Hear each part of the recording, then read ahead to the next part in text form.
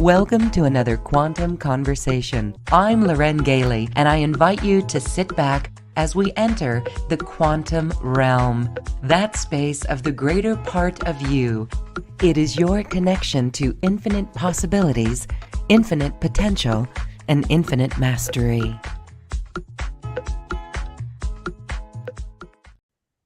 We are here with two beautiful souls who are here to talk about the timeline of abundance and prosperity and the cleanup job or the restructuring or the relationship that we need to have with money. Judy Wilkins-Smith is the author of Money DNA, and she's been here with Money DNA on our platform on Neo, and we welcome her back.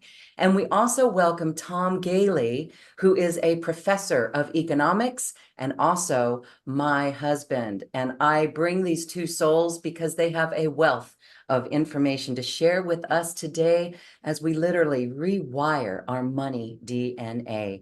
Hi, Judy. Hi, Tom. Welcome. Lauren, it is so nice to be with you again. Hi, Tom. Nice to see you. So this is very interesting because as we're talking about our money DNA and creating a timeline for abundance and wealth, what is it that you both think is necessary or vital in creating a timeline that brings in wealth and abundance? One of the most important things for me is knowing your money DNA, because you don't just inherit physical DNA, you also inherit money DNA or emotional DNA, your patterns of thoughts, feelings, and actions. So that's really important to me. And along with that, I think head, heart, and gut alignment and teaching people how to get into those spaces, because until you're in the space, you probably can't even hear Tom. And Tom's got a lot of good stuff to share. Yeah, I think that getting into your money DNA has a lot to do with understanding money and economic systems. And from my perspective, I'm often accused of thinking in my head so much that I think that we need to step away from that and look at our heart and what's in our gut, because what's in your head is pretty easy. And I like to think that I can explain that stuff pretty well. But I think what Judy has to bring is bringing your heart and your gut into understanding your history of money, where you're going with money, your entire relationship with money. I think that's really important for us to all understand. I agree. And I would say that in our life, Tom, we went through breaking poverty consciousness. And Judy, when we talked with you, we used a lot of those examples. And I think that our whole society programs us in such a way, and this is what you're talking about when you say money DNA, because our experiences around money in this lifetime as small children growing up absolutely program that it's good or it's bad. And that's what we need to change. So Judy, when you see people and their DNA, their money DNA, what are some of the problems that people are faced with that keep them from their abundance and prosperity? First of all, what you said right there was we've been raised with a poverty consciousness. We've been told that money is evil. We've been told it's not a friend, and we'll show you how that's really, really not true. But we're taught that it's really good to kind of grin and bear it or suffer or do with less and make do with less. And yet we know deep down that somewhere we have a connection with money that is hugely important. And if we're allowed to, or allow ourselves to lock into that, we can actually create adventures that benefit not only us, but our communities, our families. So it's really, really important to recognize that money is not a commodity, it's a relationship. I would have to agree that it's a relationship. And from my experience, Loren and I talk about this quite a lot too. And a lot of things come down to a certain poverty consciousness that I've seen over the years. And as a college professor of economics and business, I'm talking to real people of all ages and all backgrounds, every type of background, every type of culture. And people come into class with a certain amount of poverty consciousness that I need to break them out of that, because it's part of what Judy explains that our background relates to, but it's also a mindset that people are thinking, that the system is rigged against me, or it's tough to make it. Those guys can make it, I can't make it. We have to break through that. And I like to think that I have the practice working with real people, that I've explained this to people, and I can explain certain maybe complex economic issues. And the understanding, I believe, is really important to breaking through your having a good relationship with money. Yes, and that involves enjoying it coming in and going out. That is the flow. And so as we are moving more into a heart-based living, fifth dimensional living, some people in our community are sensing that money will one day go away. However, in the kind one, still need money. Like you said, our connection with money is huge, Judy.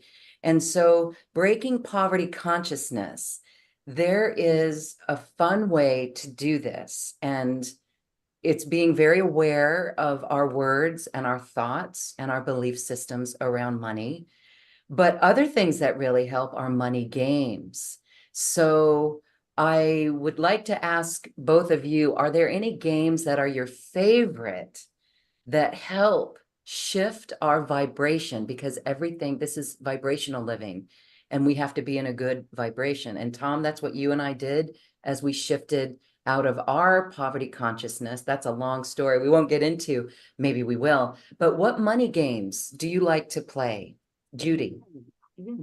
I have two, and I'll teach both of them during this class. One of them is a book, and it has slots for each number from 1 to 100.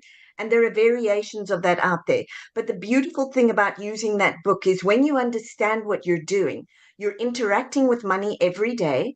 You're actually giving it a destination, and money likes a clear destination. And you can see it growing, and people love that. So that's one. The other one, which I'm pretty well known for, is the money walk. I send all my clients on money walks. The big bankers, the everyday person, they all have to do money walks. Because when you do a money walk, you suddenly start to form a relationship with money. And you recognize it's not an either or, it's an and. Money is always an and. And money is it's a mentor, it's a benevolent being. But if you don't take the time and you don't break through the idea that money is this inanimate object, you're stuck. So you start to form a friendship with it. I like those games. All kinds of different games can help you create a relationship with money that you didn't think you had. One of the things that I like to do is, one of the games is just working with cash. That gives you a different perspective.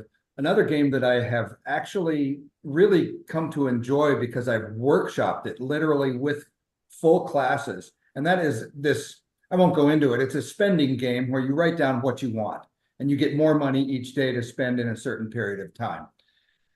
But the important part about that is the takeaway. Everybody reveals what they thought in the beginning of the game, and then what they realized at the end of the game. At the beginning of the game, you think, oh, great, I get to spend a bunch of money. But at the end of the game, you're actually very easily reflecting on what's important to you. And it's amazing that almost everybody realizes that they would probably spend more money investing instead of buying a jet ski, or they would spend more money helping the underprivileged people of the world rather than spending it on themselves. And it also tells people that maybe you just don't need as much money as you might think. And it aligns some perspective, and it's coming from feedback from people all over the place that I've done it with. And it's kind of an eye opener. I like to think that there's lots of money games with everything that you do. Even a credit score game is with the real world.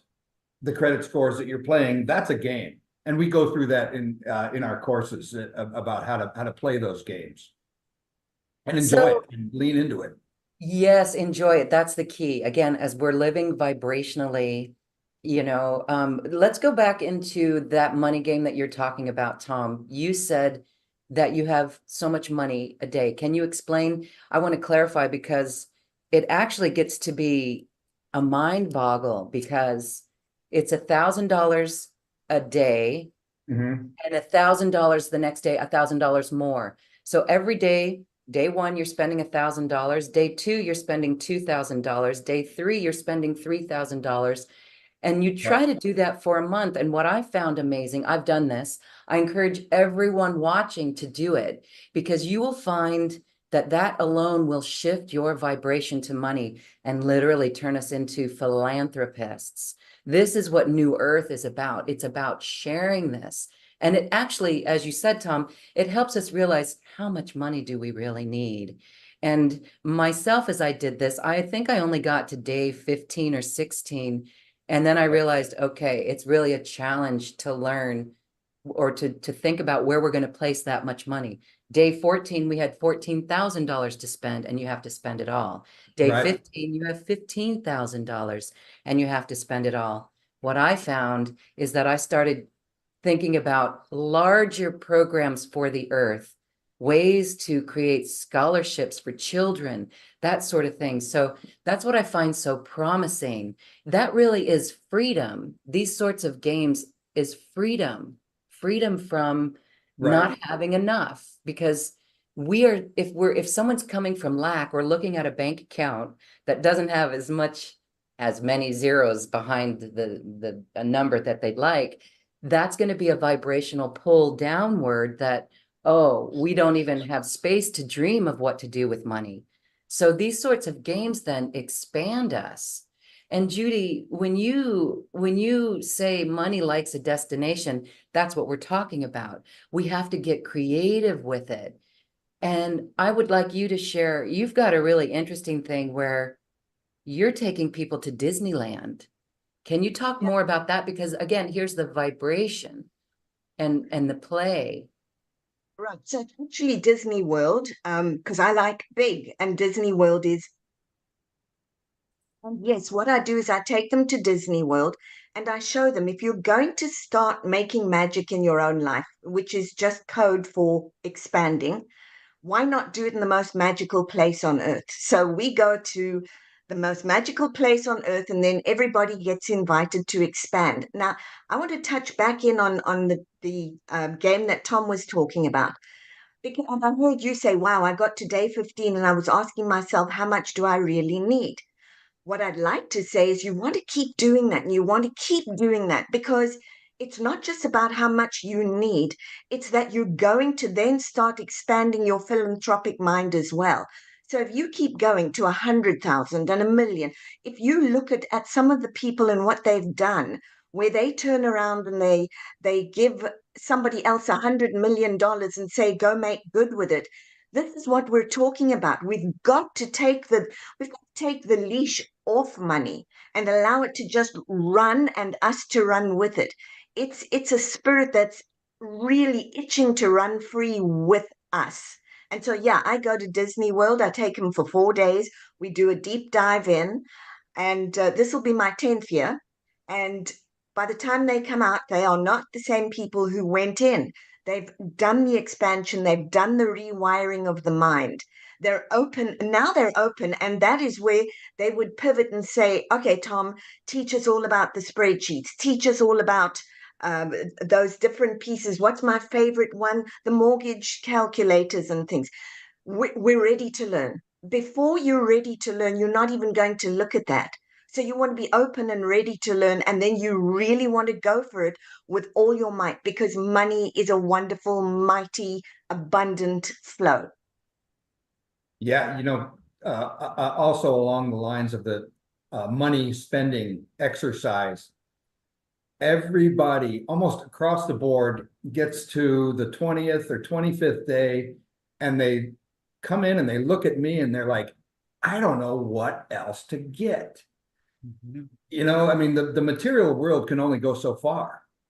And you're always going to want more material stuff, but then you start looking at having that abundance and realizing what that actually means. And yes, you're right, Judy, it expands the mind and it makes you think, wow, I can do a lot of good. I can do things with money. One of the favorite things that I like to do is using cash and patronizing businesses that are good.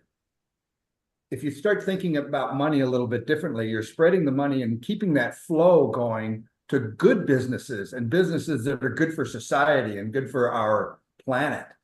That's one of the things I think that's really important. And believe it or not, these money games and how we spend it changes our thinking about it. And it gets us, well, helping the world maybe.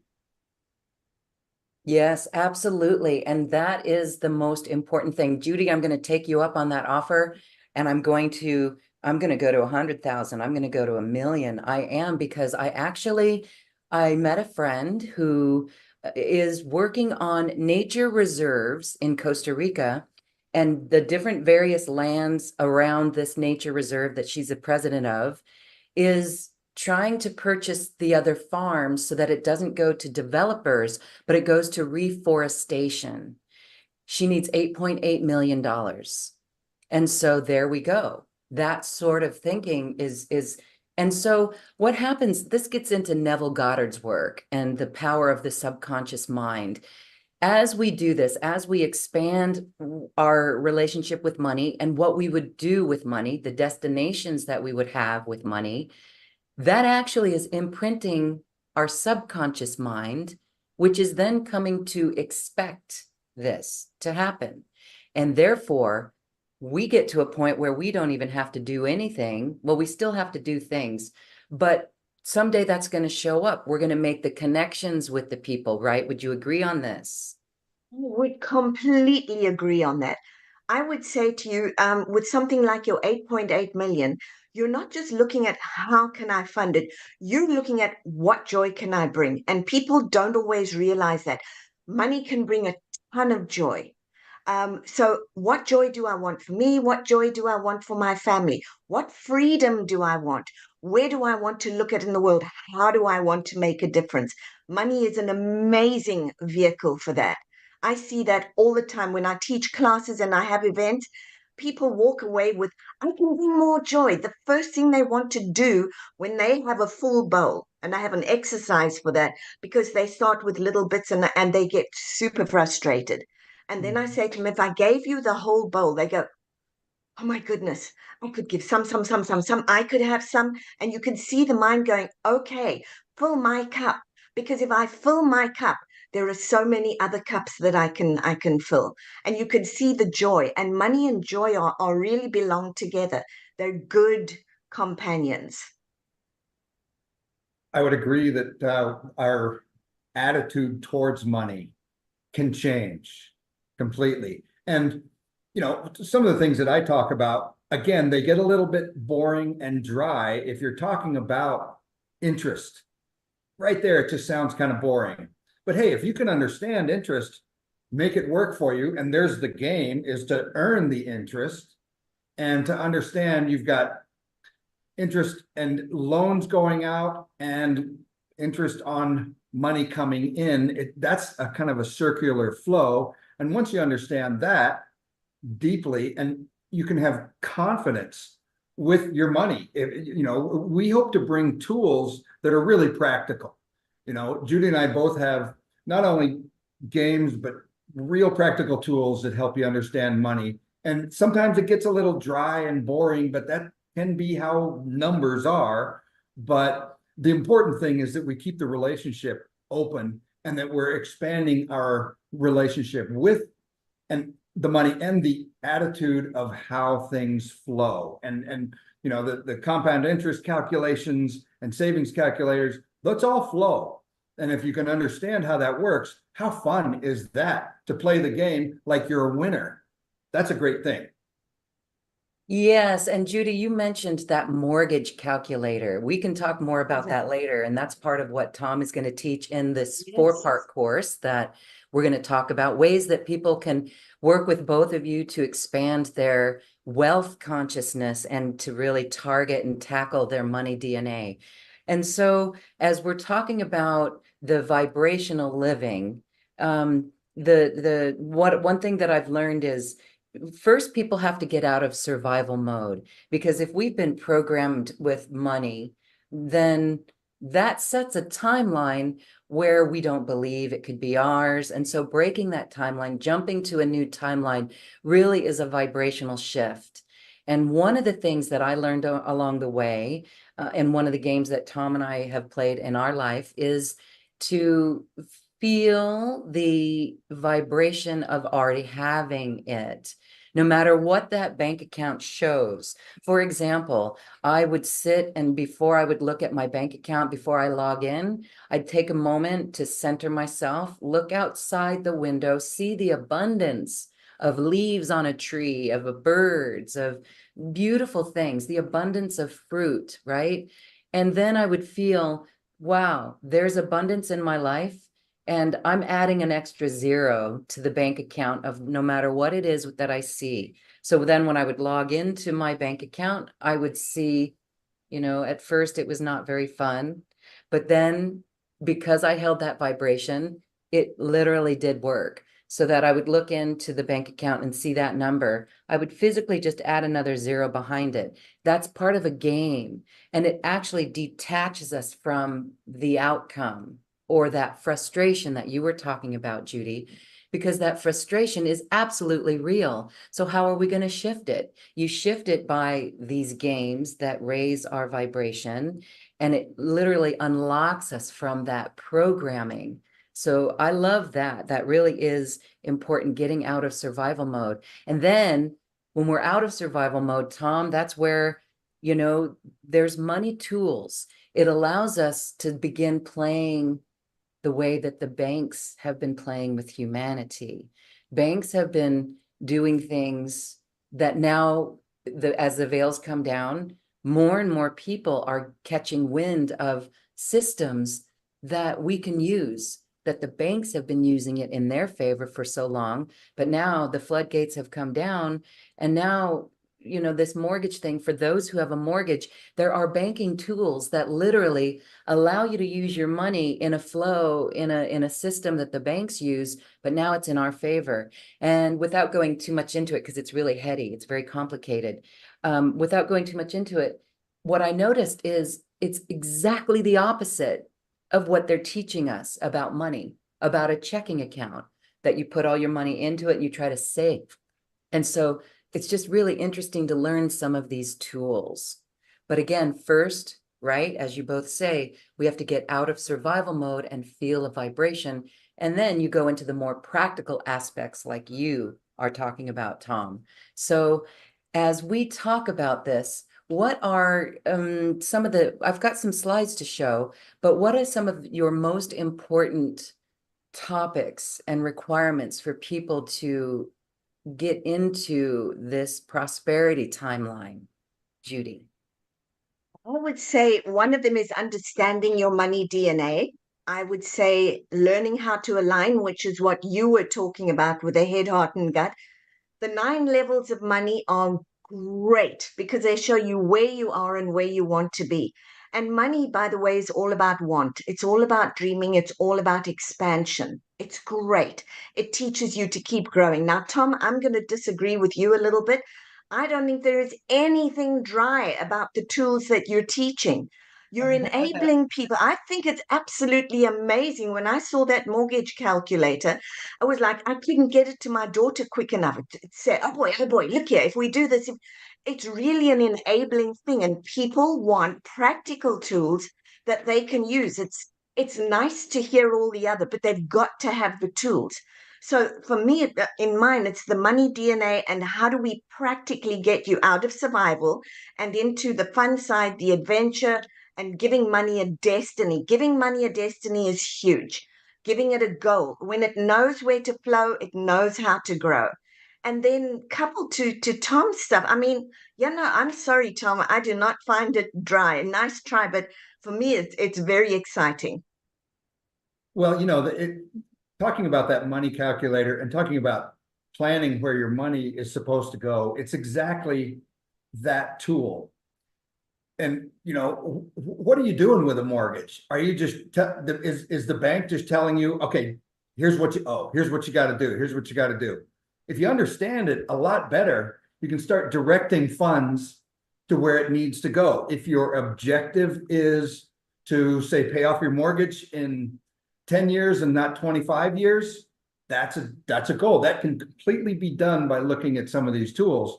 If your objective is to save money, or if your objective is to take a vacation once or twice a year with somebody, those are reasons to use money that we like to think that we're teaching you how to make a destination for your money and make a plan.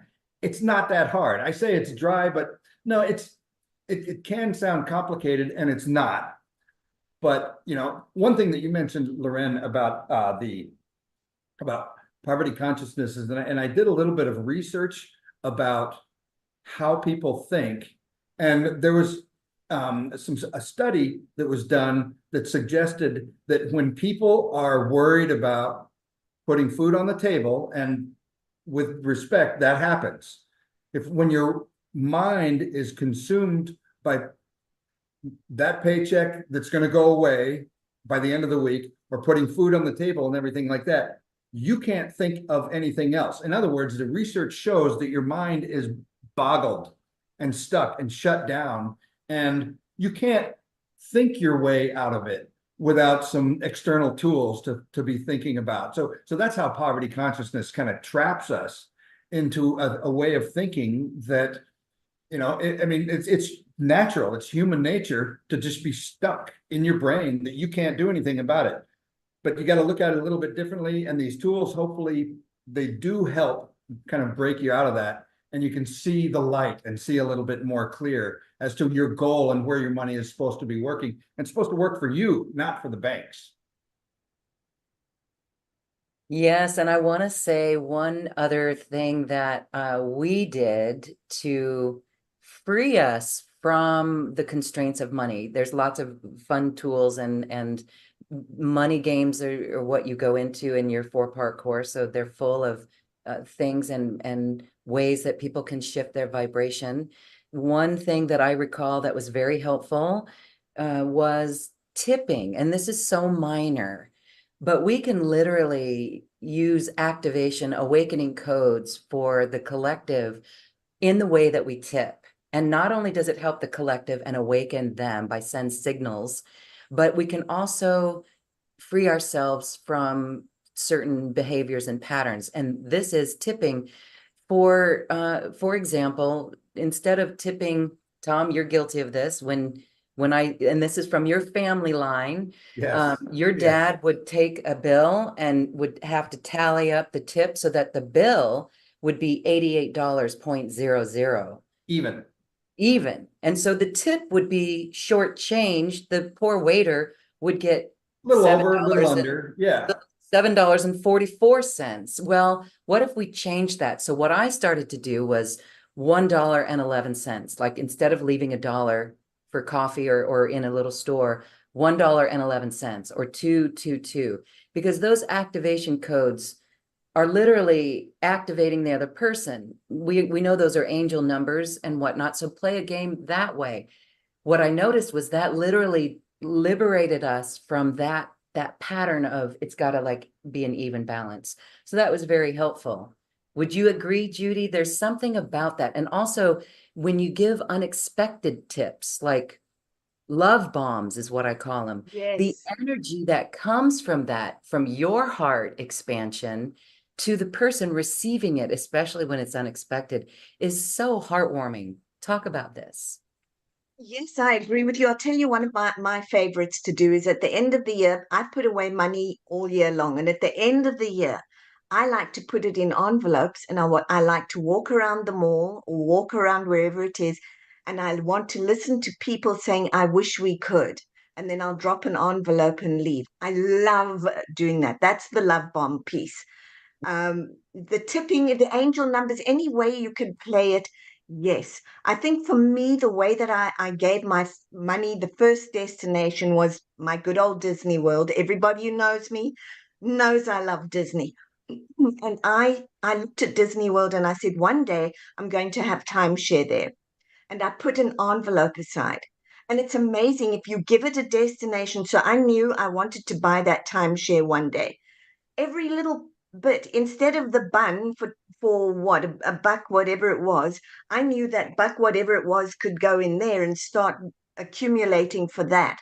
And one day when I looked down, I had enough to go and do that. And I cannot tell you what it was like to have a dream come true, take my family to Disney and go, hey, money, thanks. Look what we did. We did this. We did this.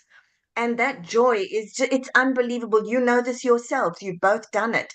It really is. And I mean, we were like, I was like you were. We started with nothing. You leave the country, you start with nothing, but it's playing all of those games because you're consistently then keeping your mind open to money and its possibilities. For people who don't, it's like Tom said, they literally cannot see it. They cannot see it. The opportunity could sit right in front of their nose and they would not see it. So this teaches you what we're teaching here now is how to be so open to those opportunities and so receptive. And like you said, playing the games so that you recognize love is, at least money is an adventure. I said love, money is also sometimes love, but money is an adventure is very, very important. Yeah, you know what, talking about tipping, it's interesting. I'm going to quote research again, but scientists have found that people that give are happier than people who do not give.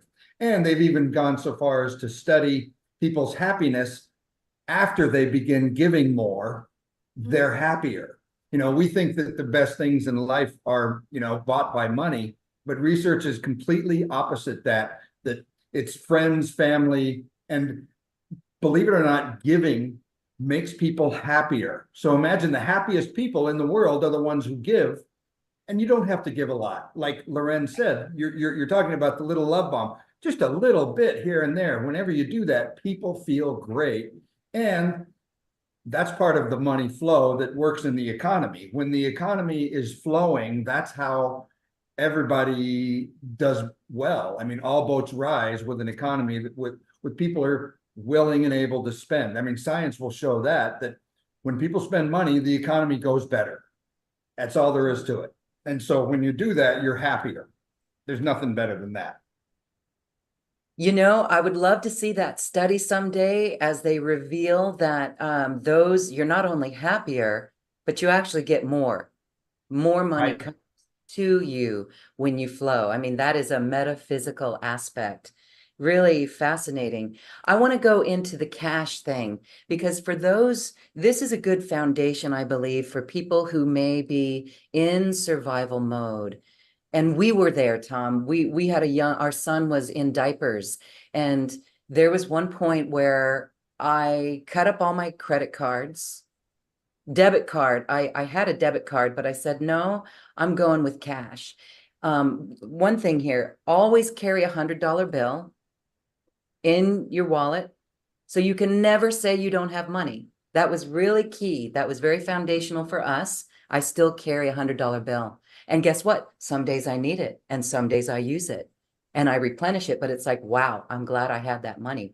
So always carry $100 bill. And then I went to the grocery store back, you know, this was 20 years ago, went to the grocery store with a $100 bill for that week's groceries. We were on a budget and it was very interesting. I learned so much. I revalued money. I revalued how much it is that we need. Stores like the big box stores like Costco and Sam's Club, never went there again because I didn't need a 5-pound box of detergent. This was when our son was still in diapers and we had to buy diapers, which were $20 a package. So then that left us with $80 for the rest of the week. And I simply found our spending, we bought for the moment. We bought what we needed in the moment and there was plenty. So I think that that's a really good tool for people to start with as they get their feet wet on their relationship with money. And then Judy, what you said about the destination, I'm going to start doing that as well, because that, and then what you do at the end of the year, that is truly angelic. And the love that comes from that is so powerful. Thank you for that. That just, it's an influence for others as well and paying it forward. they're going to pay it forward as well, or they're going to do that. And just the love from that is so important for our planet. Yeah, thank you. For me, I have to echo what Tom said. When you give that, the joy that you get from that, I think it's a little more complex than just the joy. You suddenly realize I have, and therefore I can give. You're so grateful to have, to be in that situation that all you want to do is have other people to play with. So you start to teach them or you start to give.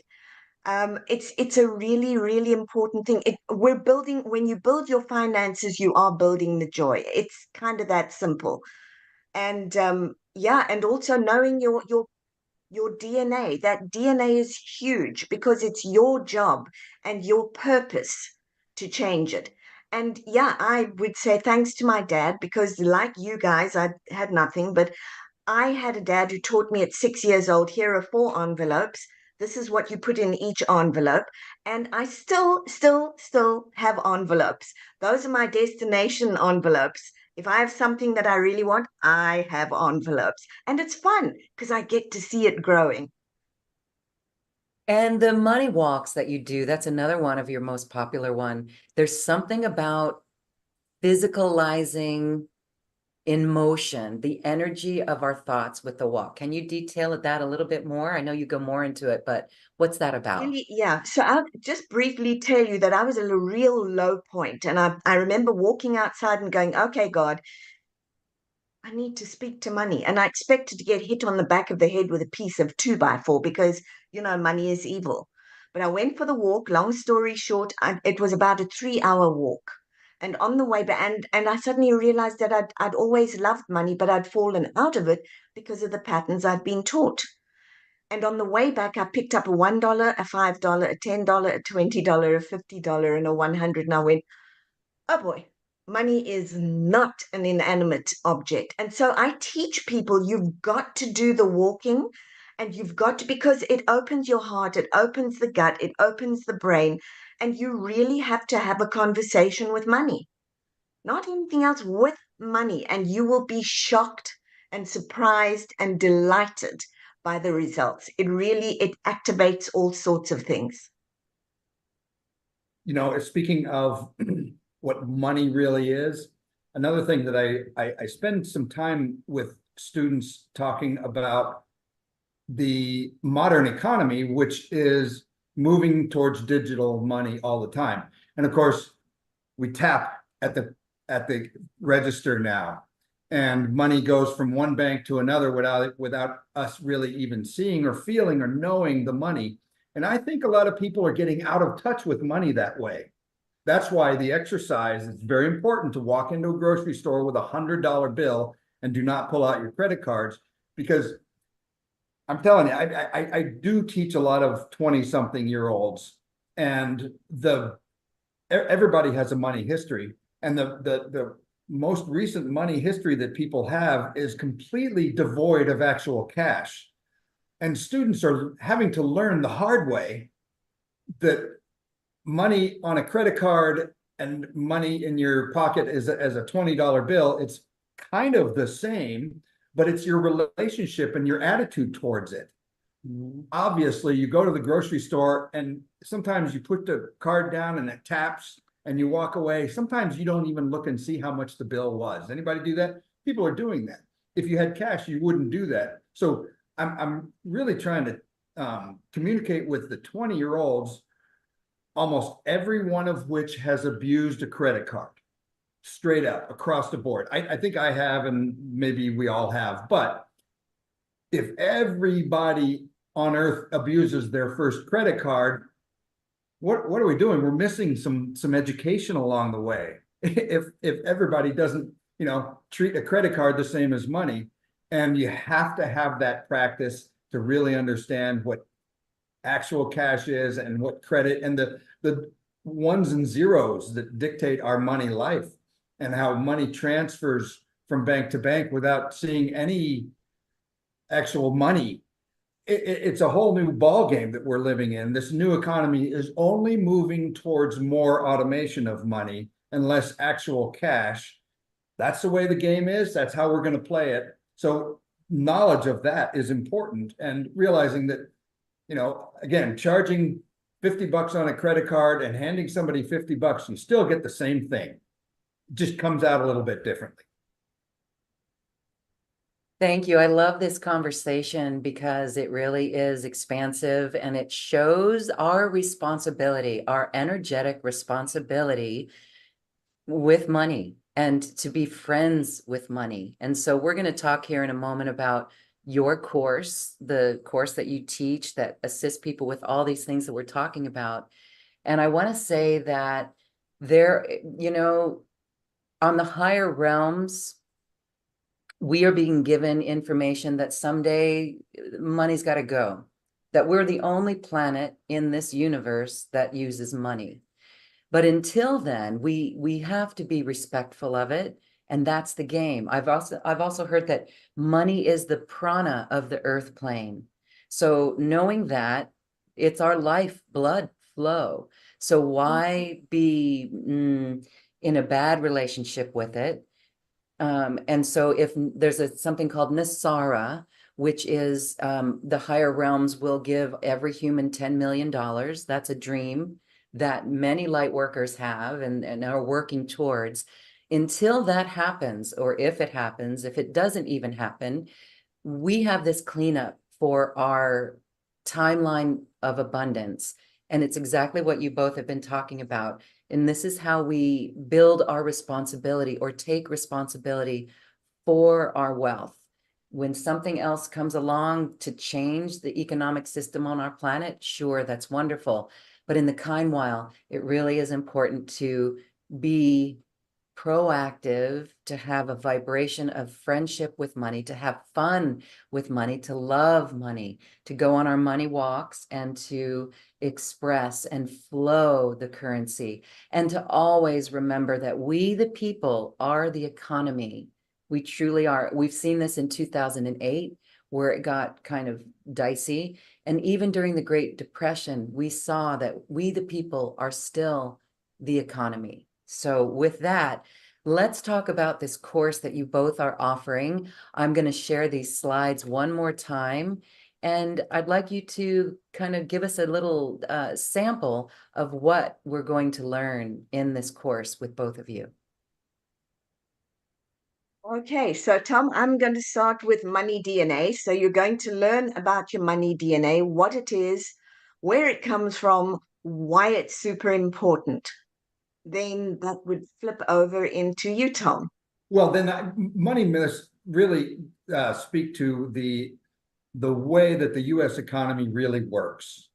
And I'm not sure if everybody really understands that from an economist's perspective. But again, it's not here to screw you over. The economy is here to help you and to help people that have some knowledge about how money works. I like that. So then we go into the 9 levels of money, which is, where am I now? Am I in survival? Am I moving to being able to want it? Am I already at the stage where I recognize that, you know what, having money is not a terrible thing. In fact, it's really essential and it's not bad. And of course, once people know that, then we turn straight around, because now their eyes are open and it's back to you. Well, the important thing is to understand how money works. And we talk about games, and the credit score world is a game. It's not going away. It is ever expanding. So you may as well get used to it and lean into it and win that game. You can win the credit score game. Mm-hmm. Yes, I just want to say that most people tend to say, oh, screw that. Forget about my credit. It's shot. But if we know how easy it is to fix credit scores, it begins with a thought: I pay all my bills on time. Even if you are in a place where you're not able to pay your bills on time, say that mantra. It absolutely works. Tom, you and I've used that in our life. And I would say, at one point I would be not being able to pay those credit cards on time. But because I said that, then I was. It actually did shift. And then there's no more credit card debt. So it's a starting point, all of these beautiful places. That's why taking a hard look at credit scores. I mean, I could feel that some would say, oh, credit scores, you're kidding me. But that is a game in itself, and do not be a victim of it. Play the game. Play the game. Laugh all the way to the bank. Okay. I love this line, why we play small with money and how to change that. Absolutely. Good. All right. So then part two. Part two is it's lovely when you say, you know what, I'm going to become wealthy, and your heart goes, and shuts down, and then your stomach tightens while you're going nowhere fast. And that's the problem with a lot of this is we think one thing, but the rest of us is not in alignment. So it's teaching you how to get into alignment. Because, by the way, we're actually geniuses at doing that. We know very well how to do it, except we usually do it negatively. Yeah, and this part is a lot about getting out of your head and being in your heart and gut. Compound interest is one of those things that you should understand, and we should all know about loans. And my examples are in real business, people are both borrowing and loaning out at the same time. It's a yin yang balance. Why do every business loans money out in terms of credit that they give, and every business borrows money to grow? So it's a flow, and to understand the numbers, which I'm going to jump to how the mortgage really works. Judy, you can talk about the DNA workbook, but how the mortgage really works is just that. It's your destination of the money and where that wants to go, and understanding the compound interest helps you understand where your money should go. And so, why giving money a destination is crucial is exactly what Tom's just said. When you understand what your game is, I'm going to pay my mortgage off early. When you understand that game and you play it really well, you get very much more streamlined in terms of what you're spending and what you're applying. So, what you're applying starts to grow what you want to do. So, I have a workbook for you that's going to show you why it's important and how to use that workbook so that you'll understand why going to go and use that mortgage calculator not only works, but it's fun. It starts you on this buzz. You start to feel like I'm more capable. I could do this. I got this. Yeah, the mortgage calculator, real quick, is a spreadsheet that is completely interactive and changes with every movement that you make on everything. It's wonderful. It's a proprietary spreadsheet that was created just for this purpose, is to put your destination working with your mortgage. It's a very cool thing. Mm. And I want to add that it's well beyond your mortgage. The mortgage is the vehicle that allows us to use some banking tools that puts the power of our money in our favor. It's complicated to get into, and it's a rewiring of our brain to really fully understand it. But it's works for everything we want. Tom, you and I put our son through college. There was a point in our lives where we didn't know how we were going to do that, but we were using this. And let's call it a reverse checking account, because it's exactly the opposite. And when we get our heads straight about it, the money works in our favor.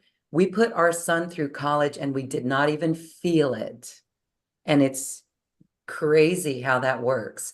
But this is something that for those who have a mortgage, it's vital to learn this tool. And so if people don't have a mortgage, don't worry about it.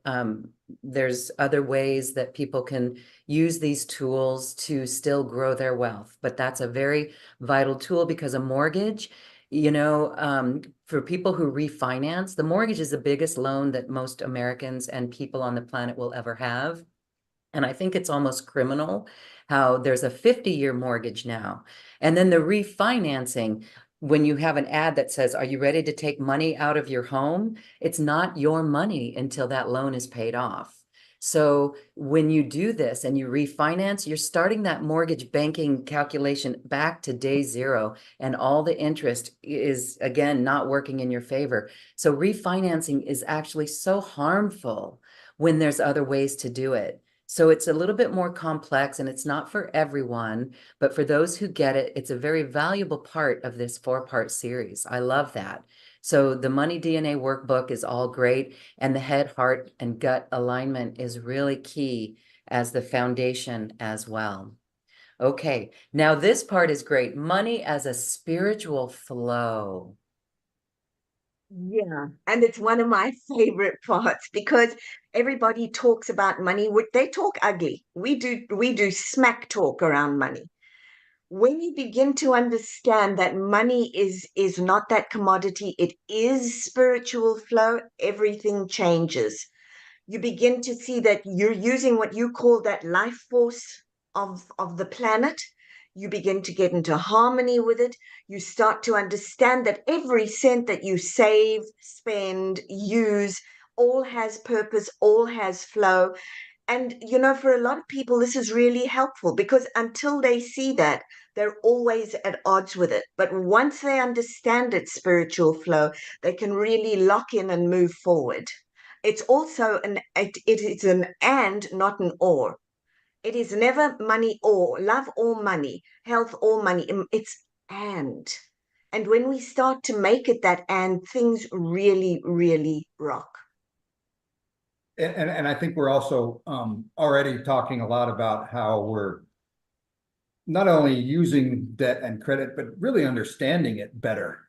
And when you can understand, like I said, businesses and most people use both debt and credit at the same time all the time. I mean, you're always loaning and borrowing at the same time, and you're not going to get out of that necessarily. It's part of the flow. It's what you lean into and understand and do well with.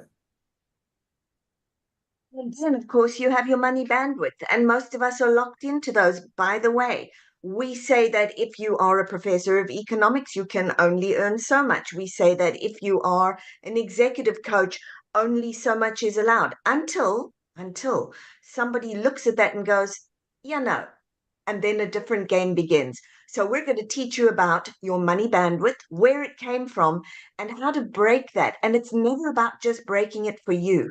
When you break it for you, you break that barrier for everyone else. That 4-minute mile becomes doable. Yeah, good. So the spending exercises we did talk about, and it's super fun and super enlightening for everybody. And the other thing that I've done in my classes is we do create a budget, which is so much easier than people think. What I'll do is in class at least, and in this course, we can break out a spreadsheet and say, put your revenue at the top, start putting expenses underneath, and that's it. I mean, it's a lot easier than people think. And then they have the next month comes, well, copy it over. Just keep running the same numbers. It's a 5-minute exercise on the back of an envelope if you have to. So you want to make it easy so you can understand it. And people need a budget.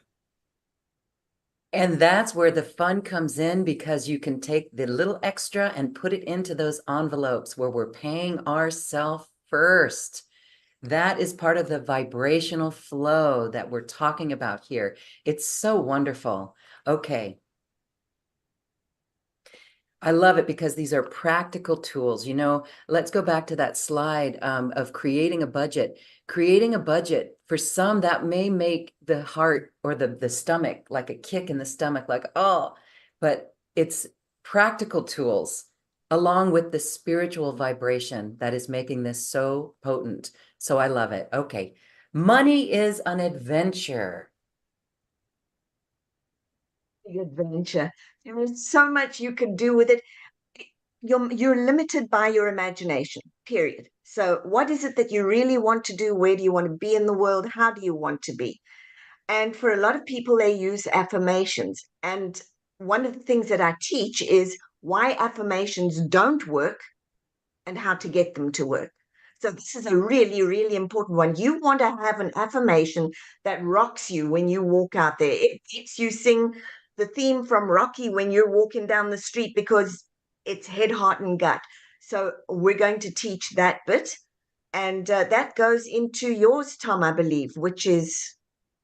Well, we've got a lot of money games throughout. And speaking of the two sides of things, you do have poverty consciousness, which is something that we bring out and recognize. But there's also a kind of an overused term, which is wealth consciousness, which is where we've talked about that a lot. Wealth consciousness is just your relationship and your view of that. Judy brings in a lot of background, a lot of interesting background that brings up either poverty or wealth consciousness.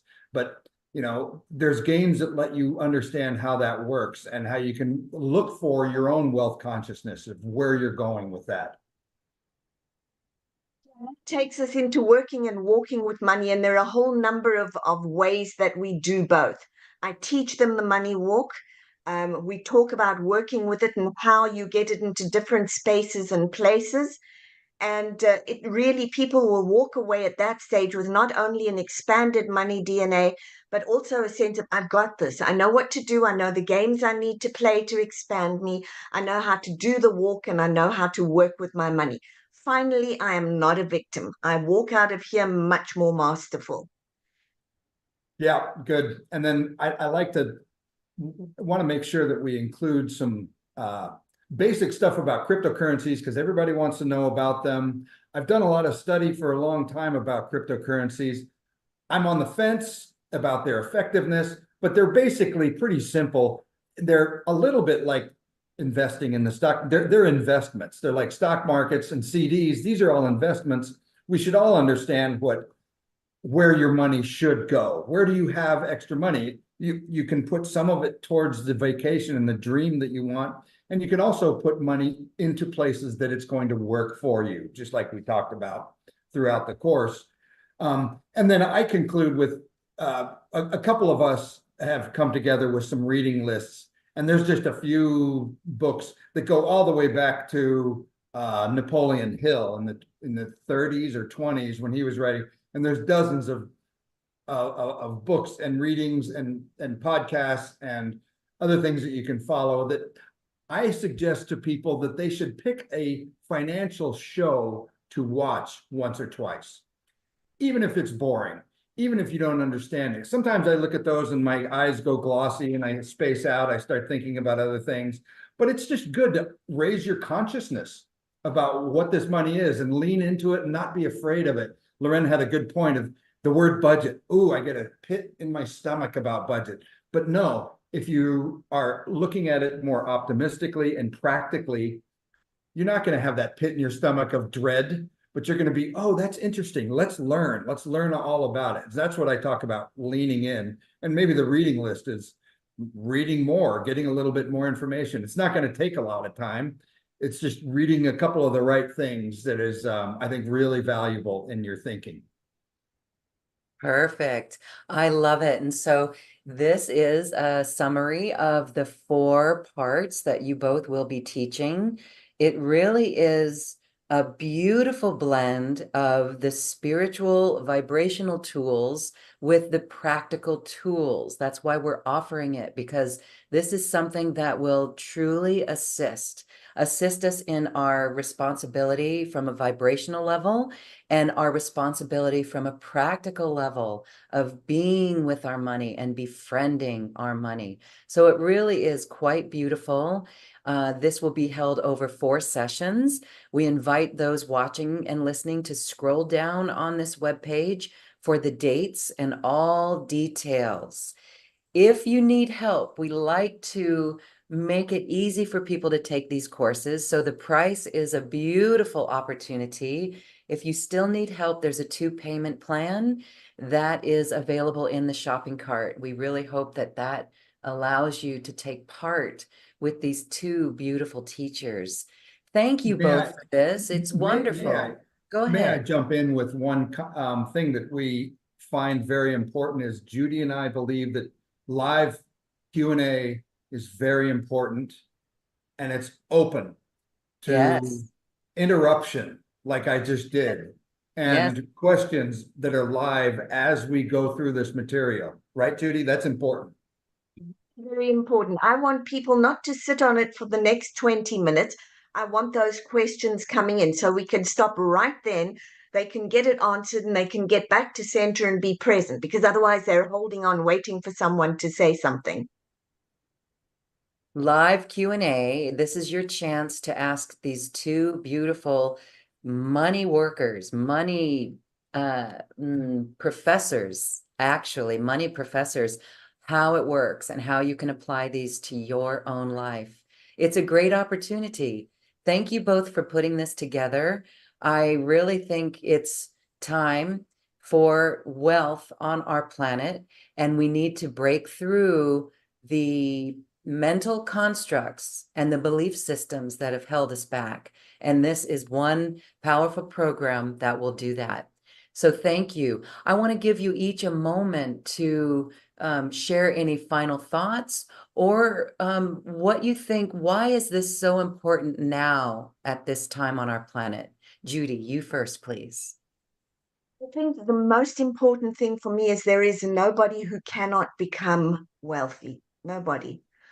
And I know that sounds like a bold statement, but the minute we start to wake up to what money is and how it is, that's the time at which we wake up and we start being of service to the planet, service to ourselves, and it changes that vibration hugely. Yeah, you know what? I'm going to add and conclude by saying that God does not want us to be poor. God did not intend for us to be on this planet to be poor and struggling. We have the tools and the ability. And the other thing is that society doesn't work when everybody's poor. It doesn't work out at all. So society is almost built, if you dig in under the surface a little bit, society is built for all of us to be prosperous. That is the intention of our economic system, is for all of us to be prosperous. So it's out there. We can have it. We just got to understand it, I think. Well, thank you both for giving us this beautiful opportunity to understand it better and to truly work with it and become the vibration that is necessary for great success, for sharing. I can think of so many opportunities and things to do with extreme wealth, like reforesting land, permaculture centers, healing centers, educational tools. As our old system is breaking down, new systems to bring meditation into schools for children, new sound healing techniques for our planet, ways to clean the ocean, scholarships for children to go out into the world and go to different places and be aware of different places on the planet to go to. It is endless. Those are just my ideas. And so when we get people thinking like this, that's powerful. We've really done our job and shifted it. And I love it because it's at the heart space. We're doing this in service and in love. So I want to thank you both for being here. We feel the shift. We are excited and we are ready to become wealth conscious creators. Thank you both for being here. Thanks, Loren. Thank you so much. Thank you for listening to this quantum conversation, and thank you for dancing with us to the cosmic heart. As we raise our own vibration, we raise the vibration of the planet. This show is dedicated to you and all awakening hearts, as we are here to shine our bright light and amplify our love. I'm Loren Galey, and from my sacred heart to yours, I honor your magnificent love and light.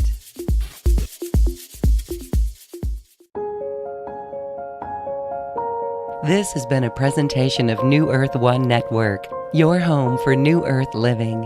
Access information, education, and videos on living from the heart in unity consciousness. Visit newearth1.com.